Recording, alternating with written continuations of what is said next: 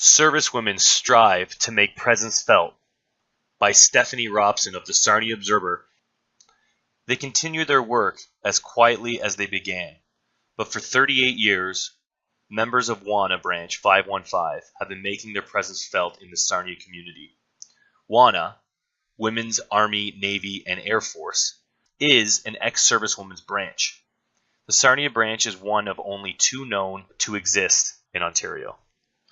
Formed in 1949 with a membership of 72, the idea was to have an ex-service club exclusively for women, said charter member Jean Niles. Members came from across Canada and overseas with the common tie of having served their country in war. As reported in the Canadian Observer of December 1st, 1949, personnel of the women's branch comprises of those who served with the CWAC and WD of the RCAF, the WRNS, and British counterparts of the Canadian Service. This organization is a separate unit from the Women's Auxiliary of the Canadian Legion. Veterans from both World Wars were welcome, according to Mrs. Niles. An estimated 6,200 Canadian women served in the First World War and 46,000 in the Second. You think of nursing sisters, but you really don't think about women serving in the Air Force during the First World War, says Mrs. Niles. Both Mrs. Niles and Jean Killeran, also a lifetime member and past president of the branch, say the women in the armed forces today are making their presence felt. We were just told what to do and did it, said Mrs. Killeran. About 9% of today's armed forces in Canada is female, up from 5% a decade ago. The local branch currently has a membership of 36. Daughters of veterans are now allowed membership. We hope they will carry on our work, says Mrs. Killeran. The services supported by the branch are extensive. They assist with the Poppy campaign, distribute baskets to needy families at Christmas, sponsor minor hockey, sponsor children to camp, support youth education through both public speaking and poster contests, donate to many organizations, including the Salvation Army, Children's Aid Society, Parkwood Hospital in London, and Sunnybrook Medical Center in Toronto, and more. Money is raised through catering, banquets, parties, etc. We work hard for our money, says Mrs. Killeran. Mrs. Niles will be laying a wreath at the Remembrance Day services in Sarnia and Point Edward. As you can see through the pictures, WANA supported many contests for youth throughout the county. They included poetry, essay writing, and public speaking contests. One piece of poetry, which was written by Murray Watson of Forest, Ontario, won second place in the national competition sponsored by the Royal Canadian Legion. Murray, at the time, was a grade 13 student at North Lambton Secondary School. Dulce et Decorum, a Pro Patria Mori, by Murray Watson.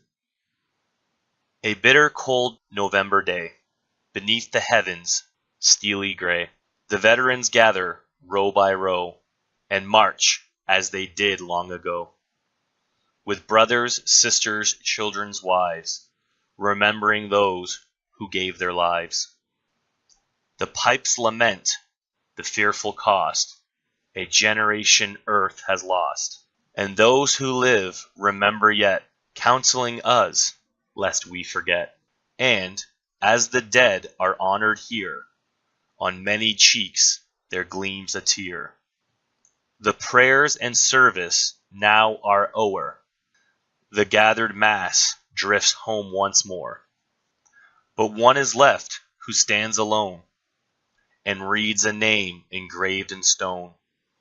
A woman crowned with silver hair, silent, her head is bowed in prayer. Then, kneeling, as the cruel wind blows, among the wreath she lays a rose. And standing, not a word does say, turns slowly round and walks away.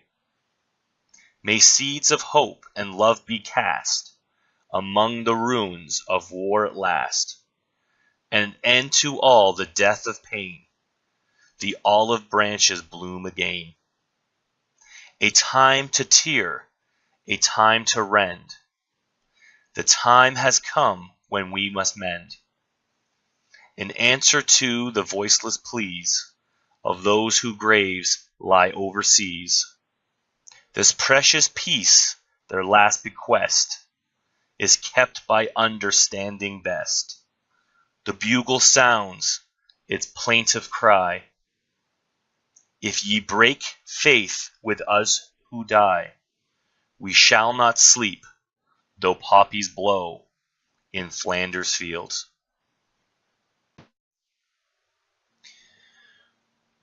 WANA Branch bids farewell. In their service to country and king, women changed the face of the war overseas and at home. Next month, the remnants of a group of ex-servicewomen, once 72 members strong, will disband in Sarnia, leaving a legacy of pride and service to country and community. The Women's Army, Navy, Air Force, WANA, group will ceremoniously hand their charter back at Branch 62's District A convention on April 16th, after 50 years in Sarnia. Sally McGregor and Jean Niles are charter members of the branch and remember the early years of ex-servicewomen coming together in Sarnia. We could have joined the Legion, but instead we chose to start our own branch, says McGregor. McGregor served with the Royal Canadian Air Force Women's Division in Hamilton as a clerk admin, while Niles served in Saskatchewan with the Canadian Women's Army Corps as a mechanization depot clerk. Both served out the war years, resigning only after they were married and each expecting their first child. But WANA Branch was home to women with various wartime experiences. There are a number of members who had served overseas, Britain, Italy, South Africa, in various capacities, including nursing sisters and ambulance drivers. The decision to go after their own independent charter 50 years ago may have had something to do with the independence and responsibility many women found for the first time during their service. We were all coming into our own independent way of thinking, says McGregor, noting that even women at home were confronted with images of the independent Rosie the Riveter. I always tell my children that I had women's lib before they were even born. Niles says WANA has always enjoyed a good relationship with the Legion Branch 62 and so never felt the need to find their own building. But they did need to find a focus for their group.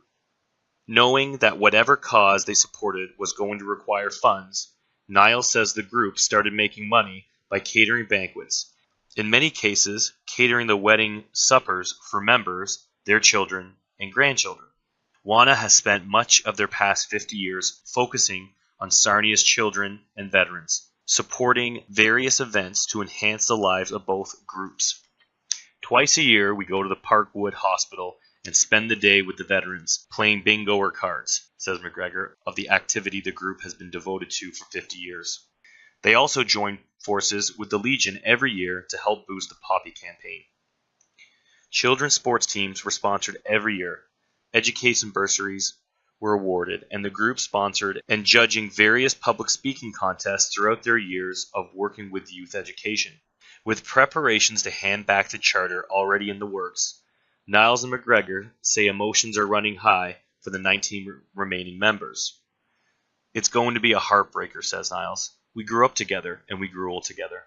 And it's the getting old that the duo attribute to folding the charter. While associate members has welcomed in the daughters and granddaughters of ex-servicewomen, including Niles' daughter and two of McGregor's. McGregor says it's a simple matter of math to see the aging membership can no longer keep up with the demands of fundraising and service to the community. While the group sees the necessity for disbanding, they aren't giving up on their service or their memories. It's been tough coming to it, and it's sad, but we're not going to give up our service. The majority are transferring to Branch 62, some to Corunna and Wyoming, and we're all life members, says Niles. District A Commander Fred Morley of Branch 62 will be on hand with other dignitaries to accept WANA's charter after 50 years, and says it will be an emotional day for many. It's a sad day. Those girls have put in 50 years. They've done a lot of catering. They've helped us tremendously with the Poppy campaign, public speaking, and youth education, says Morley. He says transferring membership has already been accepted by the Legion, and WANA members have signed up and are ready to take on new volunteer tasks at Branch 62. But the group remembers what brought them together half a century ago. McGregor says the cornerstone of their longevity has been a true friendship found amongst women who shared a binding piece of history and forged their futures together. We've had our happiness and we've had our sorrows, she says, but it's been a great ride.